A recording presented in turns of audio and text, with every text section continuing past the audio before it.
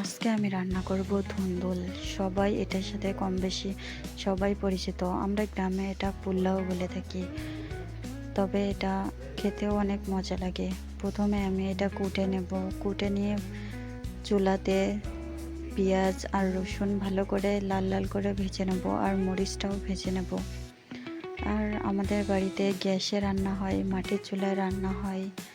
দুই রকমের রান্না হয়, তবে মাটির চুলায় বেশি রান্না হয়। মাটির চুলায় রান্না করলে খাবারের স্বাদটা অনেক ভালো হয়।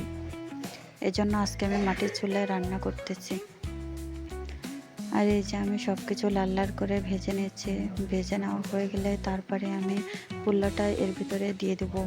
এর ভিতরে দিয়ে কিছু টাইম নাড়তে হবে, অনেক ভালো করে নাড়তে হবে।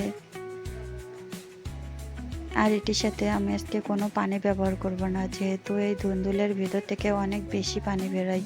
যে পানি বেরোবে সেটিতে রান্না আমার হয়ে যাবে। এজন্য ভালো করে আমি নাড়তে থাকবো, আর নাড়তে নাড়তে এটি সুন্দর করে আমার রান্না হয়ে যাবে। আর এটি খেতেও কিন্তু অনেক মজা লাগে। গ্রামের সবাই কম বেশি এটা খেয়ে থাকে, শহরে অনেকেই খেয়ে থাকে। এক একজন এক একভাবে রান্না করে, তবে আমার এইভাবে রান্না করে খেতে অনেক মজা লাগে।